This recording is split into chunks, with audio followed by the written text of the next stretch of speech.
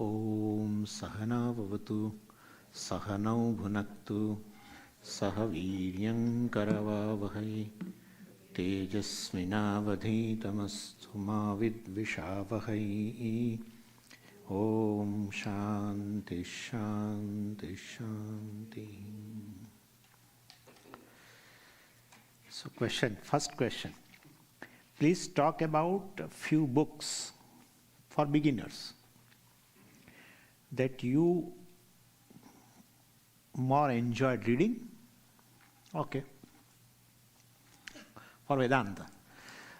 So there are, we as such in a course where Pujya Swamiji was teaching, and later also in our residential courses, 2.5 years course in Coimbatore and everywhere. So they begin with Tattvabodha. That's a one text one has to learn. But there are other texts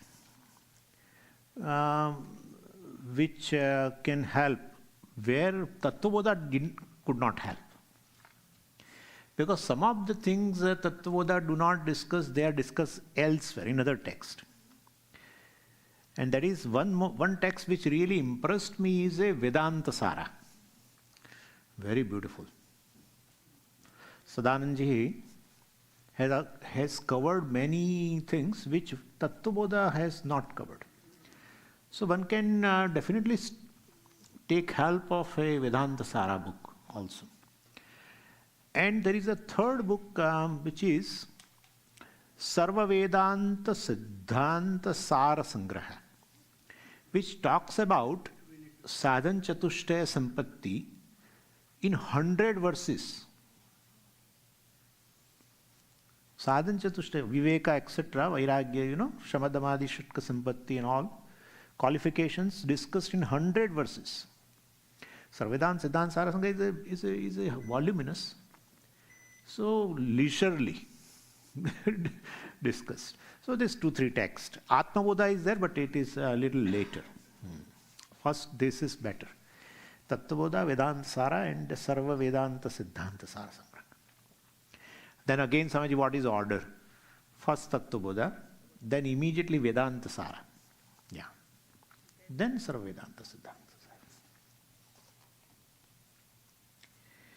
Please consider talking about 6 saints that you more met and are currently living in Bharat. Please talk few things about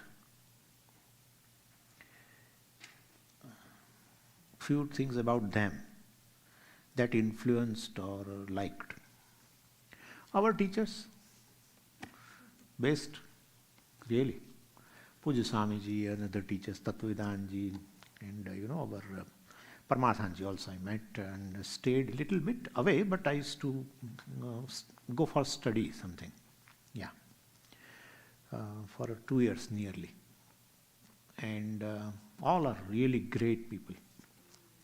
Because when you go and meet them and just not meet, you go, anytime you are in a close contact with them, you find them, they are really a very simple life they have, really. I don't want to give details, but definitely.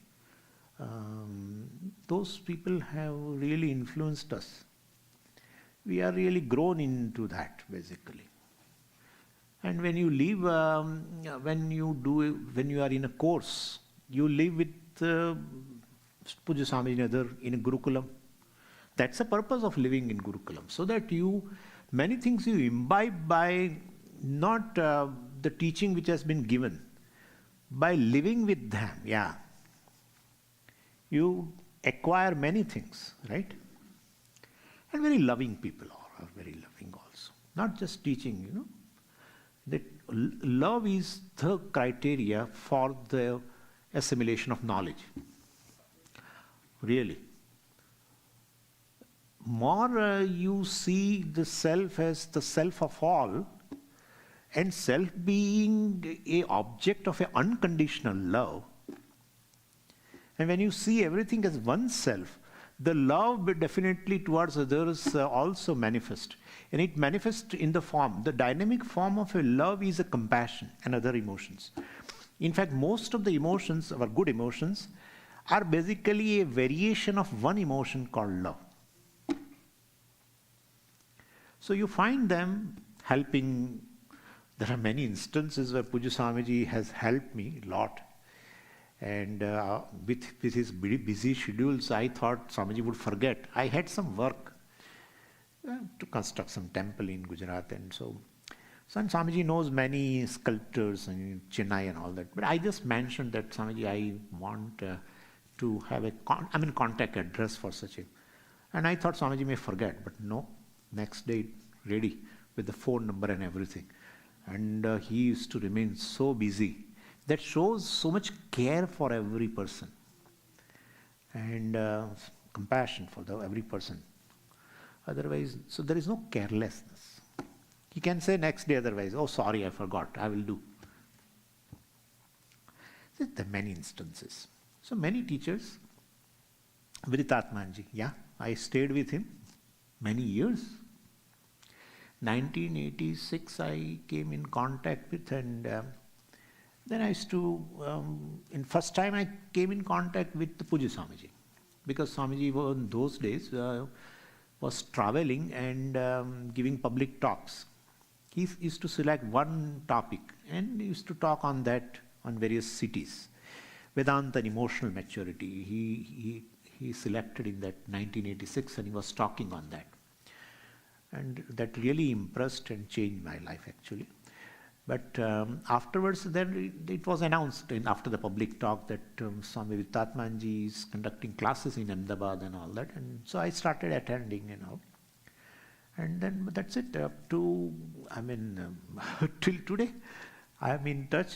And I stayed with him, moved with him, went to so many pilgrim places, and every evening, in fact, I used to stay in ashram when I was not even a brahmachari also. I used to work for some company and all that. So I used to go every evening after dinner in my place. I used to go and stay there. And then I used to get a chance after dinner. Swamiji also, once he finished dinner, I used to sit with him and ask some questions. Or some other people come and ask questions, and you become a witness and you also get answer. So like that, I have stayed with Swamiji for many years.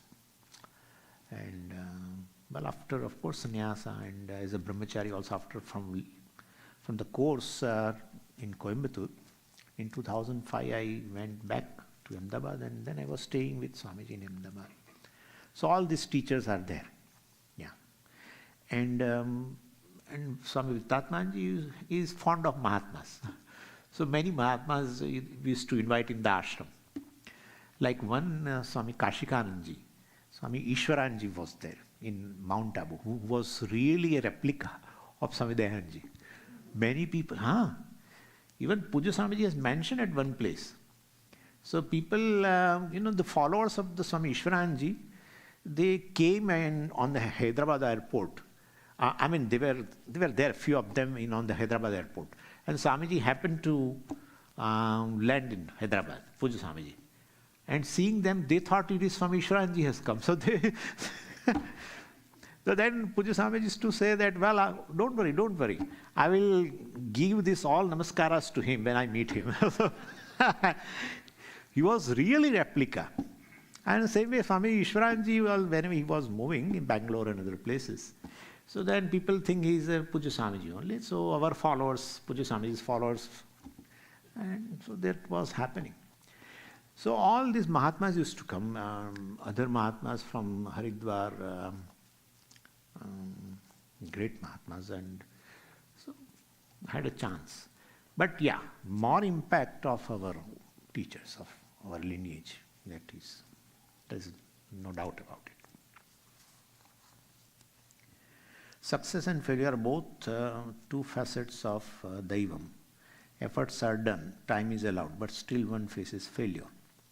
Is this considered Daivam or Prarabdha karma? Yeah, that's a Prarabdha. Daivam, I forgot to use that word. Destiny, when somebody says destiny, somebody says luck, somebody says Those who do not believe in all this, they say chance, etc. Somebody says God, somebody says grace of God. Yes, true, it is prarabdha, definitely. And so there is always a role of a free will and fate together. It goes always together. That is why the issue.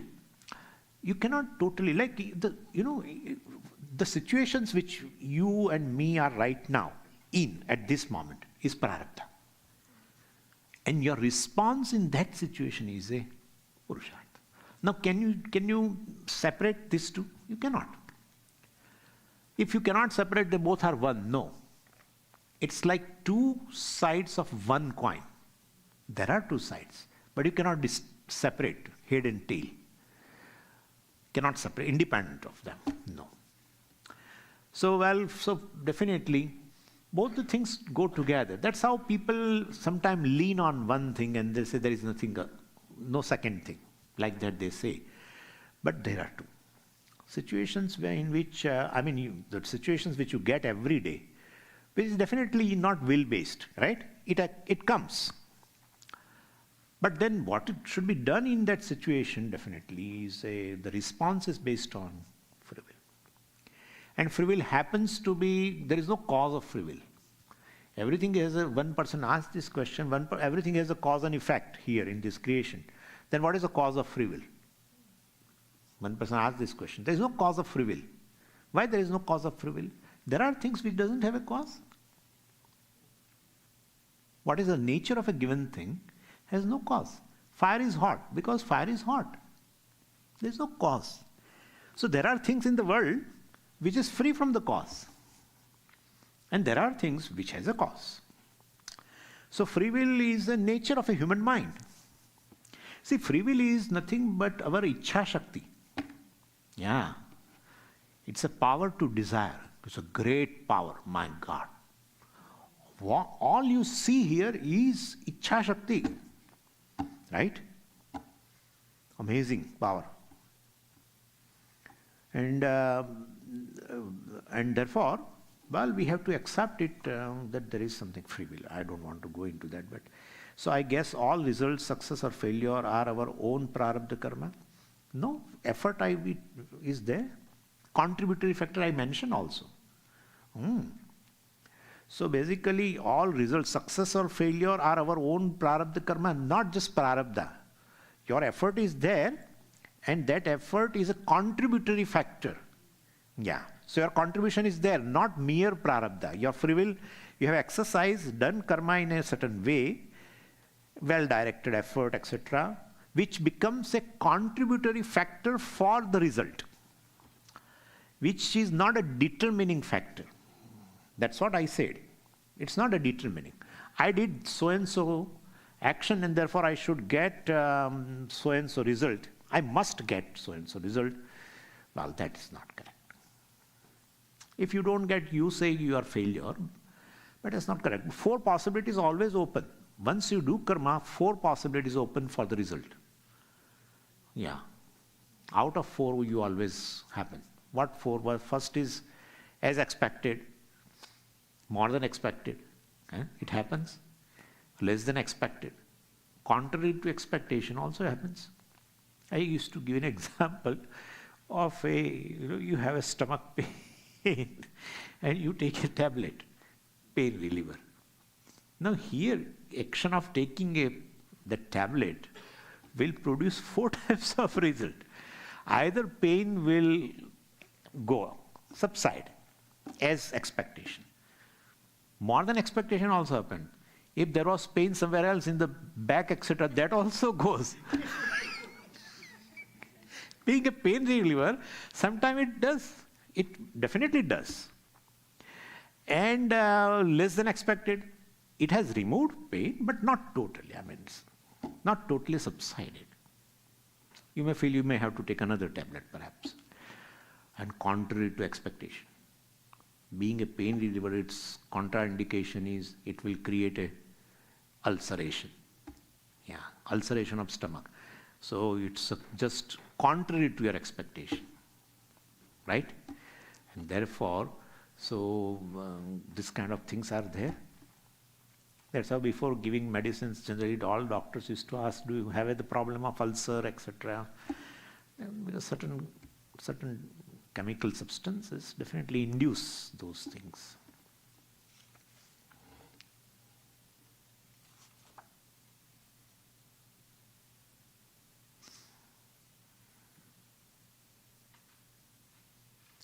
How to get to the limitations of likes and dislikes as and when they happen.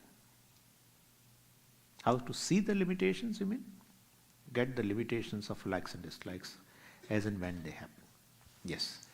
Whatever I understood from this is when I was talking about that mastery over the mind, and at that time I mentioned that mind runs either in one of the direction, where it finds something which is pleasing, which he feels that certain thing promises is a joy to me.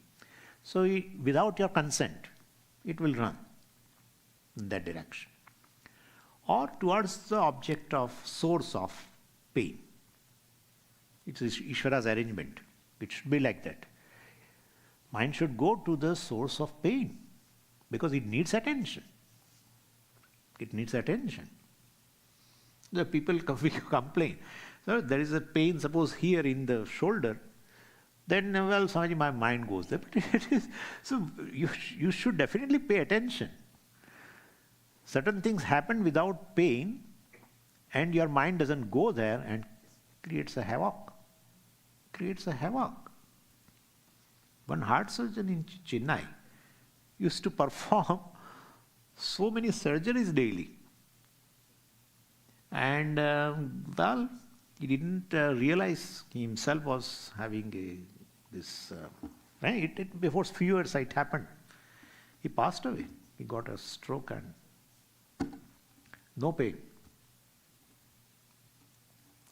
Anyway, so these two things are there. And we have to make ourselves free from the hold of likes and dislikes. They should be there. Our devatas have a likes and dislikes. Why should not we? Yeah. One likes a naivedyam of a laddu, one likes naivedyam of something else. One likes tulsi, other likes bilva. All these things are there. One likes a yellow cloth, pitambara. One likes just white dhoti or maybe a digambara. All things are there. One likes kumkuma, one likes basma, vibhuti. Even they have a choice over their vehicles also. One likes all this rat and all kinds of things. So one chooses rat, well, to move around. Anyway, likes and dislikes are basically vibhuti. It's also order. If you like what I like, if you also start liking, it would be a problem. If all start liking one thing, there will be a scarcity of that thing because everyone will be behind that. It would create all other problems also. So it's fine. You have certain likes and dislikes. I have certain likes and dislikes. Only issue is this. Well, those things are present, and if they are powerful, your mind will not be available to yourself. They will run. Mind will run in either direction. You want to read, it won't allow you to read. You want to meditate, it won't allow you to meditate. It only meditates on the objects of likes and dislikes. That is the issue. Because it's an instrument. An instrument has to help. It is meant to help you. Antah karanam, we say. Karanam means an instrument. Antah means inner. So it should help you. And therefore, well, the goal of the immediate goal is we should have a dispassion. Dispassion is the thing in the life. Dispassion does not mean disgust. It's a wrong attitude. I will have a dispassion for the money, and yet I have a pursuit of money. I feel if I have dispassion for money, means I will disgust money. Anywhere even money is there, I smell it and I become disturbed. If it is below my pillow, and then somehow I remain disturbed, then I lift the pillow and I have found some coin. Look at that. This is, what is this? Dispassion means an objectivity. You don't superimpose any extra value on anything other than what it carries. Not less, not more. Money has no value. Wrong. Money is everything. Wrong. Every object in the creation has a purpose. Knowing the purpose, understanding its purpose, understanding its role in your life, you give that much importance to that. Very, very healthy. The only mind which is healthy in this world is the mind of the person who has vairagya. Exactly knows what has a value, how much. Not overwhelmed by anything. When you are not overwhelmed, definitely you enjoy certain relaxation also. Most of the things we are overwhelmed with. We give certain extra value that which it doesn't carry. That is the why we have afterwards we really repent. I should not have gone behind such thing, and you have gone so far, which is now irreversible. People run behind money blindly. And I'm telling you, those people really repent at the end. They really repent. Looking upon money as a source of security is a wrong thing. When money itself requires a security, how can money give security to you? You have to take care of your money, otherwise they will go away in investments, etc. Or you leave it in home, you have to keep it somewhere or some place before you come here. Otherwise somebody will take away. If money itself is insecure, how it is going to give security? Money can buy security systems, money cannot give you security. Money can buy a house, money cannot make home. Everyone knows this. Money can definitely buy a very beautiful house, big mansion with so many rooms, and money cannot buy a home. This is objectivity. This is called vairagyam. And still I will pursue money. Well, because it has certain value, it has certain purpose, and I want it. Well, I want to sustain my life. Life is very precious. Nothing is as precious as the life in this world. Nothing is as precious as this human life, I'm telling you. Being alive at this moment itself is a big miracle. Big miracle. The way the processes are going inside, it's beyond anybody's imagination. All are basically looking upon this body. The people who are doing research and all that on this field, they say it's just a miracle. So in that case, if you are alive, itself is a big thing. No achievement in the world can be compared to this. People give away their lives and etc. for petty things, right? We cannot make them understand, but to be alive as a human being, moment to moment, it's a big thing, very big thing. We need not ask for any other miracles in life, really. I'm able to talk, walk, etc. All is success. All is success, I'm telling you. And that success is with the help of the grace of Ishvara. So we are gracefully successful people, all who are alive, who are able to talk, walk, etc. All this. Able to think, everything. Anyway, So limitations we have to see. This is a limitation. I took, because money is something which is, most of the people have a more attachment, and etc. So I am giving that example. You have to see the limitations. Limitations means pros and cons of the money. Limitation does not mean just seeing the defects of money, etc. No, both. What it can give, what it cannot give, you are clear of. When you are clear of what it can give and what it cannot give, you have a dispassion. That's what Bhagavan said, vairagyena cha gruhyate. Abhyasena tu kaunteya. Because once you see that, what it can give and what it cannot give, once you see, that's not enough. That's not enough. Next time again mind will run. Why I said? Because it's not a one-time mistake we did. Putting extra value on money is not a one-time mistake. We are brought up with that. From our childhood, it's our psyche. What is in our psyche? It's like my second nature. So it takes time. That's how Bhagavan said, Abhyasena tu kaunteya. You have to practice. Practice means repeatedly see here. Repeatedly see what it can give, what it cannot give. Today, tomorrow, etc. Then you develop a very healthy relation with the money. Same with other objects of attachment, etc. Same with the objects of aversion also.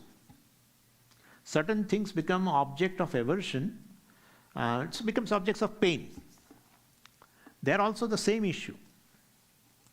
You get one thing instead of other. I mean, you get something else in place of one thing, right?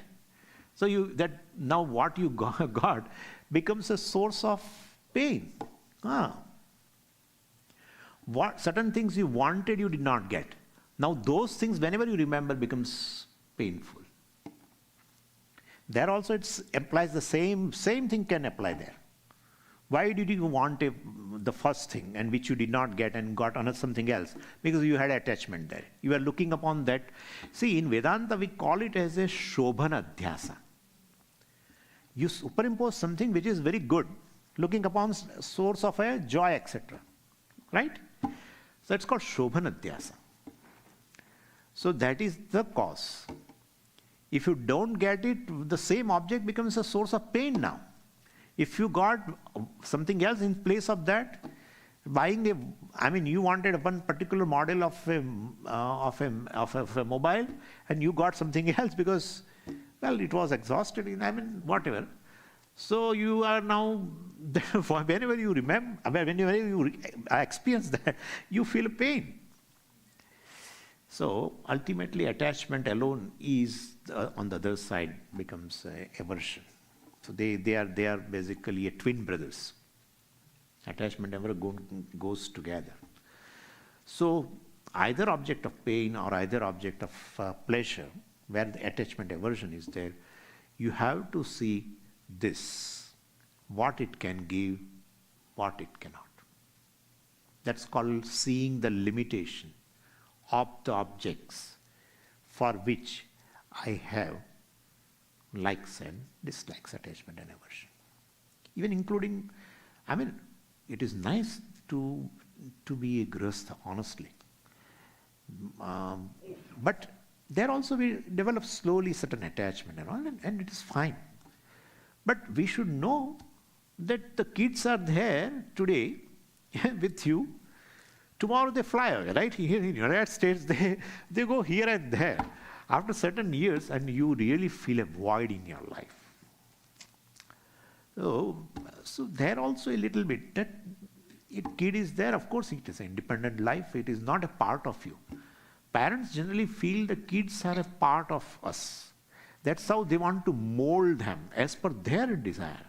It's a violence actually. It's a violence. They become angry on them. If the child could not get enough marks, they beat or they show anger. When you get angry on the kids for their betterment, it is legitimate. When you get angry on the kids because they could not fulfill your wish, it's another thing. And why should they fulfill? They have an independent life. They have come with their own likes and dislikes, their own goals, their own perspectives. They are not part of you. If you think they are part of you, it is going to create a tragedy in life. Definitely.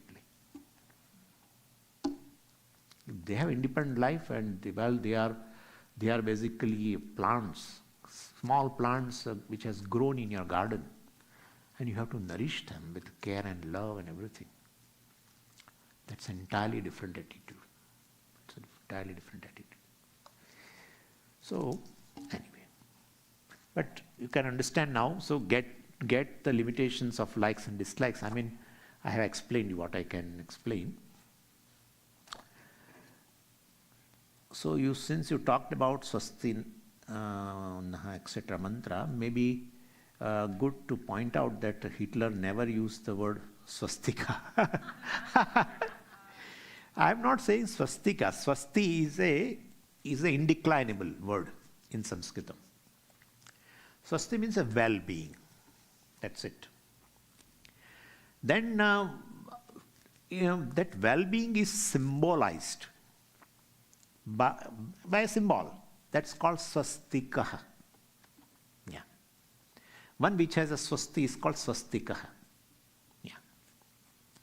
So swastika symbolizes a swasti, well-being. And it has nothing. Hitler has is I think different symbol, right? It has a different symbol.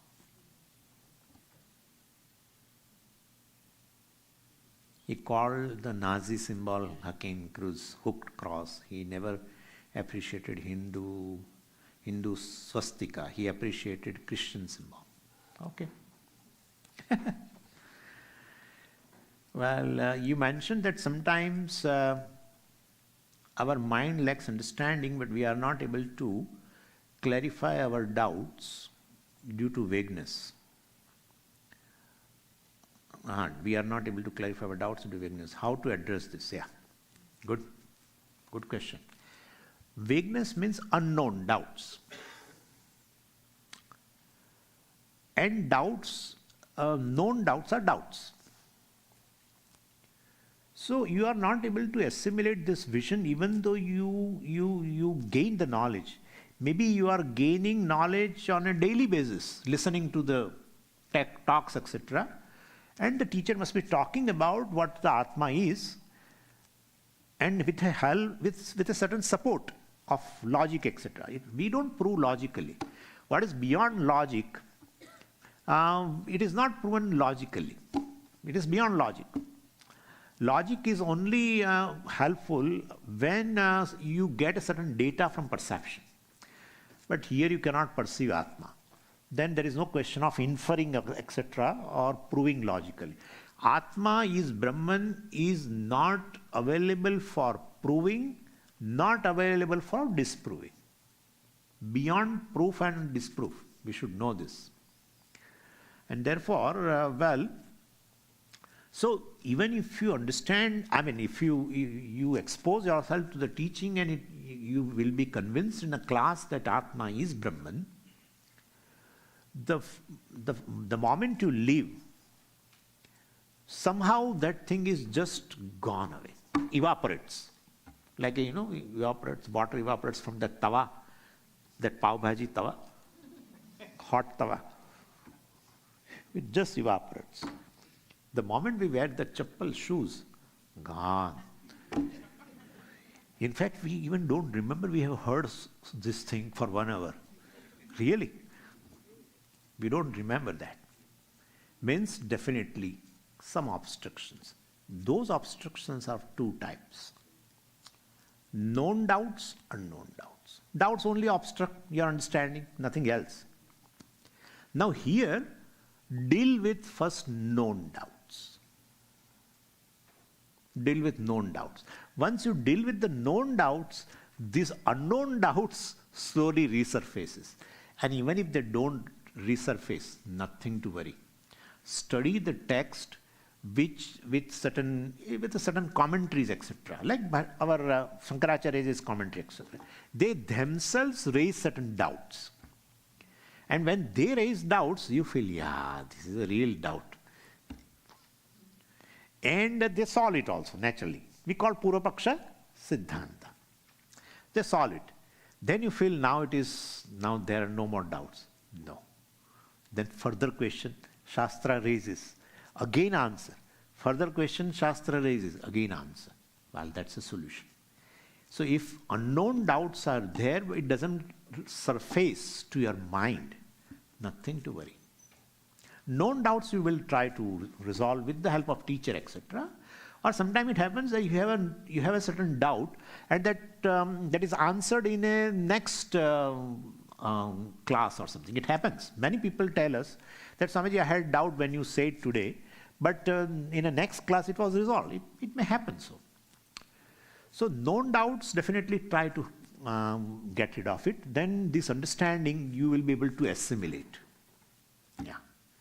And unknown doubts for that matter, well, study certain text. So even our Prakarana Granthas are there, like Panchadashi. Oh, wonderful. Panchadashi resolves your doubts which even you cannot think of. We feel that Vedanta is gone now. But everything is established beautifully. So this way, studying certain Prakarana Granthas or studying our Upanishad, Bhagavad Gita, etc. with the commentary, those things help to resolve doubts. Known doubts can be resolved even with a discussion in peers. They can also help each other. Gita study group, this group, etc. There they discuss. So we can always place our doubt, and there will be always a group leader or something that can help or with the teachers, etc. Other teachers. So this is the way we can handle. Also, during meditation, you mentioned not to use subtle voice during mental japa. What is that? Yeah? It's a good question. So when you use a subtle voice, then it is not a meditation. Meditation is a purely mental activity. If you use voice, then it's a verbal activity. Therefore, so definitely people do that. Om Namah Shivaya.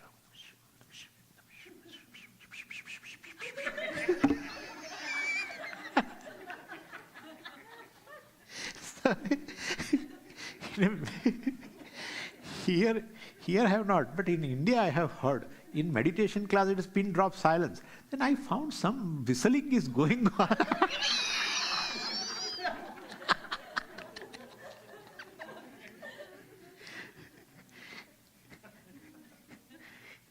So these things happen. Subtle voice, mental activity. Synchronization with your breathing, not pure mental activity. Some other organ is involved now. Pure mental activity means, as you do japa, your mind gets more depth. I tell you. It gets so much depth. That's the advantage of this japa. And that once you get that depth, then whenever you receive any knowledge, etc., it will retain. Our minds are not at this moment, has any depth. So we listen a lot, not able to retain. If you are not able to retain, there is a question of assimilation. What you retain will be assimilated, right? If you keep a gulab jamun, you retain in that sugar juice. If you retain that inside, keep it inside, then it will assimilate. Japa is a big thing. It's a very big thing. It gives a focusing capacity. It gives a depth. We'll be doing day after tomorrow. There is a method also. When there is a synchronization happen, what should be done, Swamiji? Generally, people always synchronize with the breathing. Yeah. Even people who do Soham Japa also, they do like that. Soham Japa, that Soham, Hum Soham, Hum Soham, Hum Soham. So synchronization with the breathing. No. There is a method. It's a mental arithmetic we do by which you disconnect yourself from breathing, synchronization with the breathing. And this mental arithmetic should be done 2-3 times. And once you, anyway, we'll see day after tomorrow. How does one handle obligatory relations in this empirical transactional world? Sometimes it takes away peace of mind. True, very true. So, obligatory relations to an extent are essential. Obligatory means you are obliged to do. Means what is to be done, you are doing. That's what it is, right? That's called obligatory. What is to be done, you are doing. In fact, doing what is to be done, what we are supposed to do, is a really good thing. Which is the way for neutralizing likes and dislikes. Generally, what happens is, what I'm supposed to do, I don't like to do. And what I'm supposed to do, I don't like to do. And what I'm not supposed to do, I like to do. Starting from morning, I'm supposed to get up early. I don't like to get up early. So if you go this way, what I'm supposed to do, I do. You are not fulfilling likes and dislikes. That's called dharma. That's a right way of going. Dharma is the only counter for this, likes and dislikes. Initially there will be conflict. But ultimately you become a spontaneous person. When you go by likes and dislikes, initially there will be conflict. At the end also, conflict. That's the difference. When you go by likes and dislikes, the dharma which is sitting in you, which is also a manifestation of Ishvara, always, they call it as, what is they call? Antaratma. Antaratma ki avaz. Nothing, that's a conscience. This, in terms of what is right, what is wrong, comes out. Oh, you are speaking lie. Don't speak lie. But I want to. So, that's a conflict. That's we call Mahabharata. Kaurava and Pandava. If you go by likes and dislikes, the conflict will remain throughout. Because you have gone against something for which you have a value also. Yeah. For which you have a value. You always love dharma, but if others follow. If you have to follow, you don't like to do. You want to go by your likes and dislikes. Yeah. That's the thing. So, both create conflicts. When you do dharma, your likes and dislikes will raise voice. There is a conflict. But if you keep doing what is to be done, you become a spontaneous person. Not just spontaneous, I tell you, you will be loved. You will be center of love. Everyone loves a person who is honest, who is truthful, who doesn't basically, let's say, abuse on anyone else, who doesn't do any violence, etc. Who doesn't love? That shows you have a value for it. So you love such a person. The person becomes a center of love. And when others love you, you love yourself. That's an irony, but this is how it is. You love yourself when others love you. That's how you keep on asking others whether you really love me or not. That question lingers for a number of years. Yeah. Because when others say, yeah, I really love you, you don't know. And love as such has no language, by the way. Love has no language. Yeah. That's how we say prayer also has no language. Either you do in Hebrew or you do in any language. All religions have these two things common. One is ethics, other is prayer. Either you pray to Jesus, either you pray to Christ. Same thing. Same. Love, there is no language for the love. Love doesn't have any language. Same way, the prayer also doesn't have any specific language. You can pray in anything. Then other than that, well, there is a difference between religions, etc. We don't want to go into that, but there is certain common thing between all religions, and it is ethics and prayer. That is there. So obligatory relations, and so to an extent you do that, thinking that, well, it is basically in my benefit. It's a growth. It's definitely a growth, and any growth is painful. Even if you want to grow physically and you join a gym, when you start doing that, right? If one wants to develop a 6-packs or 8-packs, it's not an easy thing. Ask our people who are doing, our youngsters, you ask, nothing easy. So growing emotionally rather, is also painful. But one has to initiate. This is a difference between a human being and other creatures.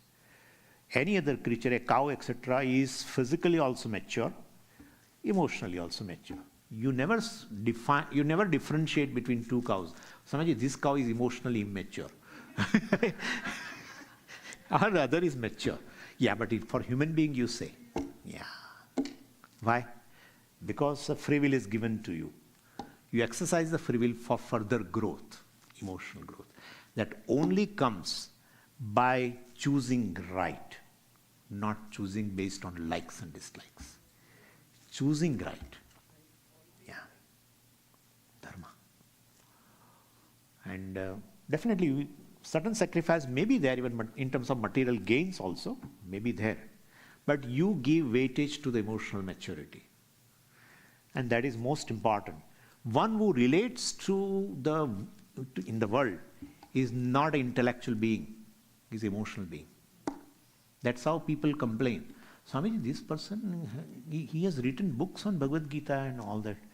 So much knowledge he has about Bhagavad Gita, but his behavior, Swamiji.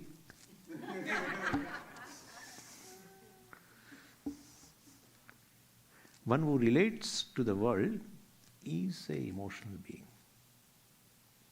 That's how people with a lot of intellectual accomplishments commit suicide. Recently, I am professor, a very senior professor in Ahmedabad, committed suicide. Why? Relating to others is not.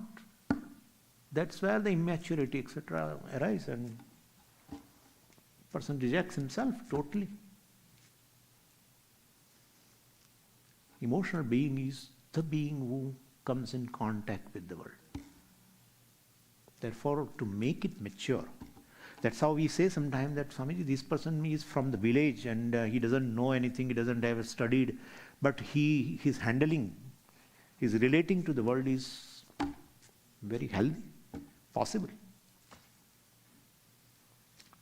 And that maturity comes when definitely you go by dharma, not by your likes and dislikes. Likes and dislikes means it will bring yo-yo. You know, yo-yo. It's all I learned here.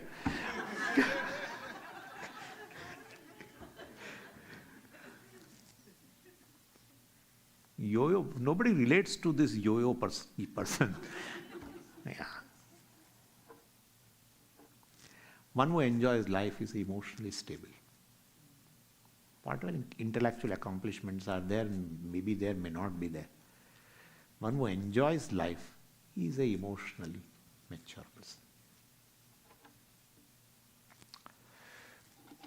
So obligatory duties should be done to an extent.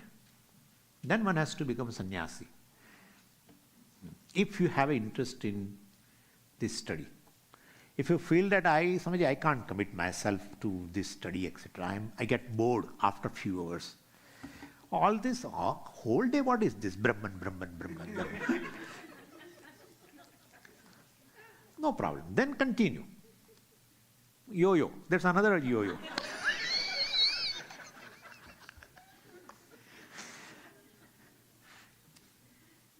But Bhagavan expects that one should become a sannyasi after grihastha. Means internally. Sannyasa stands for a commitment to knowledge. Either studying or teaching. Teaching is also a study. Teaching is not for the benefit of others. Others get benefited is a byproduct. Teaching is a study. When you want to teach, you really study. That brings clarity. It's my own experience, and it may be experience of our all revered teachers. That only gives. When you study, really speaking, it's not real study. When you want to teach, you feel that you have to arrange few things in an order, and that too people will feel, what is this? Swami is jumping here and there. So you have to bring order. Well, you also can victimize somebody. Catch hold of someone, call for breakfast, etc. Keep certain books. Problem is you, solution is you, all this, etc. Hey, what is this? Enough. He has become already victim.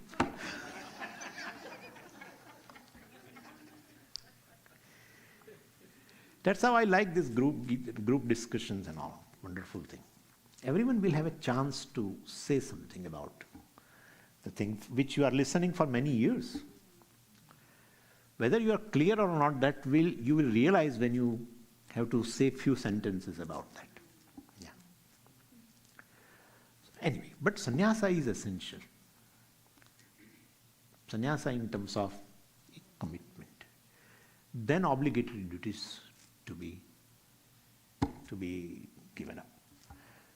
Generally we retire and then we take up other duties of taking care of grandchildren, etc. All that. That's the issue. Unfortunate situation, but it is there. And that's how poor parents, they feel that now they have finished their duties, their children are all fine, they are settled, this, that, they are married, they have their own children. But one day, fine day, the call comes.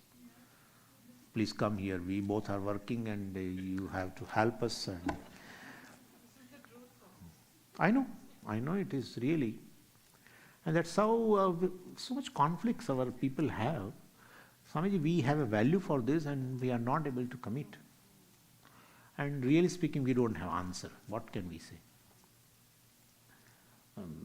It's like, well, if we advise like that no, let them feel bad, but it's their duty to take care of their children. And it's not your duty, and no, Swamiji, we cannot do. They feel hurt, and well, then. So, I hope this kind of situation doesn't arise. But I see more often in this when I go out. This kind of situations are there. Yes. Even the situation you explained now, the grandchildren are demanding attention. Is there a karma plays a role there also? It creates these obstacles that you are not able to commit. Then silently praying that make me free from this. No, I'm asking, is the Honestly, karma playing a role there? Absolutely. Yes, that's what I think. But to say on my part that it is his karma or her karma, because of that day after retirement also they are getting this, it's not fair. But it is. Any situation is karma. We just discussed. It's prab. But silently keep praying. And you will wonder, the situation just changed. Even you could not imagine. Situation just changed. Once it changed, you feel it has become as though miracle kind of a thing. You could not think of that this will ever change now. It just changes. That's the power of prayer. One needs that Shraddha in Ishvara. And if one prays it, it brings wonder. I'm not talking miracle. Situation change. Definitely change. Can Vedanta help in consoling the grief of loved one's death? Yes. Because basically Vedanta talks about, especially Bhagavad Gita, that is where the topic is, right? Grief. Arjuna Vishada Yoga. And grief has arisen, many reasons are there. The primary reason is a death or a possibility of a death. In case of Arjuna, it's a possibility of death. They have not died, relatives, but possibility. So, a person is subject to death, the self is subject to death, is a wrong notion. Immediately in the 12th verse in the 2nd chapter, 12th verse, immediately after Ashochyana, immediately Bhagavan talked. There was never a time when you were not there, I was not there, all these people were not there. There was never a time. Means everyone was there in remote past. Means definitely there is no birth. Birth means there is a beginning. Before that, the person would not be there. And after that, it came into a being. That's called birth. Bhagavan says no one was not there even in remote past was not the case. No one would not be there in the future. That would not be the case. You, me, and all these people who are standing in this war field, means there will not be death. Immediate. I am subject to death is an error. I am subject to birth is an error. That's it. And when you commit this error, still you are free. You are free. See, Swamiji, if I commit a mistake that I am subject to birth, I am subject to birth, I am subject to birth, really I will be transformed into a self which is subject to birth and death. No. No. If that is the case, Vedanta is useless. Right? Because since beginningless time, everyone is committing this mistake. In any life, everyone is committing this mistake. Throughout the life is, I am subject to birth, subject to death. I may celebrate all birthdays and definitely have so much worry, anxious about my future death. Whatever mistake you commit, thousands of times you commit a mistake of seeing rope as a snake. Rope will never be converted into snake. If rope gets converted into snake means what? Nobody would keep a rope in the home. Anything born of ignorance is an error. One has to correct that mistake. Right now, when you are believing that I am subject to birth and death, you are not subject to birth and death. But then there must be, I have an experience of birth and death, and I'm seeing, yeah, there is something else which is subject to birth and death. That something else which is non-self is taken as a self. And then you say, I am subject to birth and death. Body is subject to birth and death. Definitely it is subject to birth and death. But not the self. Self is which is in the form of existence. Definitely is not subject to birth and death. Which is of the nature of existence. Birth means all which was non-existent has come into existence. Death means which is existing will become non-existent. That's the body. And therefore, grief, looking upon something, the self rather, as subject to birth and death definitely brings grief. And therefore, once the person has gone, you can definitely console that the person has not gone. The personality, the body, etc., has gone. Person has not gone. And if I will be seeing, there is one person, one Purusha in all. Kshetrajnam chapi mam viddhi. Sarva kshetreshu, Bhagavan said. Sarva kshetresu kshetrajnam. I am one conscious being. In fact, that is the only being who is present in all the bodies. That we will see. And so more you reflect upon that, the grief born of that somebody's death definitely slowly goes away. Yeah. There is another way also, there is another meditation called looking upon certain phenomena, which are universal. And those universal phenomena we have to bring into our meditation. That also helps. Like death is a universal phenomenon, right? When death occurs, due to our narrow vision, vision based on our ego, based on individual, we feel that this happened as in my life. We definitely at that time, we never realized that this is happening day in and out to everyone, in everyone's life ultimately. Either oneself goes away or some relative goes away. This is a phenomena which is definitely a natural phenomena, part of the creation, and therefore I should not feel helpless, etc. I have to slowly assimilate this vision. So you see a given happening in your life from the perspective of from a larger perspective.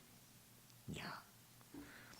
I remember I saw in Houston, in a NASA, one astronaut, they show that documentary. In that, that astronaut said very beautifully. He went to to that International Space Station, and then they were taken an interview and etc. He said that when we come outside this, from the earth quite away, then we feel what a beautiful earth we have. We all are one. We all are one. When we come out of that, we feel, because a larger vision, right? Now they have a larger vision of the earth. But as we approach again to the earth, we feel I am a Indian, you are a US citizen, and again that there are certain more divisions. So when we land on this earth, all division appears. When we go up, well, all divisions disappear. Look at that. Look at the vision of a non-duality and duality. I mean, it was amazing. So beautifully he said. So anyway, so definitely there is a meditation. There are 4 types of meditation. This is one of the meditation is a accommodation. Accommodation means you see a given phenomena from a larger perspective. Yeah. When you see from a larger perspective, means you are as though expanding your ego now. Your narrow vision is going away as though. And then the same phenomena will create a less impact in your life. Yeah. That is there. Okay? What is expanding ego? Expanding ego means you see from the larger perspective. The phenomena which has occurred in your life, you don't see it from a narrow perspective. Ego means our Vedanta ego. Ego means sense of individuality. Every individual has a narrow vision. Not ego means here pride or something. Ego means a sense of individuality. An individual, as an individual, in every individual's life, things are happening, and then you evaluate that happening from your narrow perspective. Then it creates a more impact. Now that phenomena, if you see as a part of the larger part, then as though you are expanding your vision as an individual. That's what I mean. And then the same thing now will not impact you much. Like, for example, because once you realize that we all are same, it's one consciousness, then meaning if I say that the ego comes in, the reason I'm asking this question is that generally ego comes in when you don't have something, that's one aspect Absolutely. of it. But I showed another way. Yeah. So if suppose somebody says, Swamiji, we didn't appreciate everything is one consciousness and all. Okay, then this kind of meditation also can be done. As an individual also, the given happening situation, etc., will create a less impact in your life. that is true. That's Thank what you. I mean. Thank you. Yeah. Nice question. So because I talked about consciousness and then I brought again ego, and so he thought that. Yeah, nice. Now shall we stop? It's 8:30 already. 8:35. Om Purnamadav Purnamidam Purnat Purnamudachyate Purnasya Purnamadaya Purnamevavashishyate Om Shanti Shanti Shanti.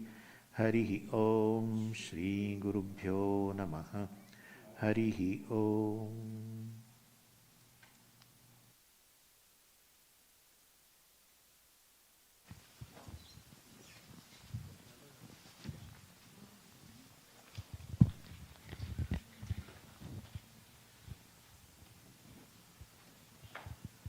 Thank you, Swamiji. Yeah, thank you, Swamiji. Good evening. Most of you might have seen we are going to have some freezing rain starting tomorrow evening till Saturday morning.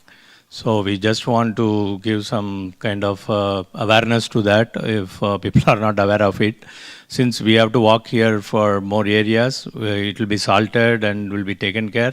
But still, it's going to be a freezing rain with 1 inch or 1.5 inch of ice accumulation is what is the forecasted. So please take care in terms of walking or having a boots or something. Not a sneakers may help at that time. And if you feel any area is very slippery, because depends on where you stay in the cottages, please inform the office. We'll try to immediately address to that area, putting more salt. We can only do that much. And tomorrow evening to Saturday morning, so it all depends on if there is any other change with the nature.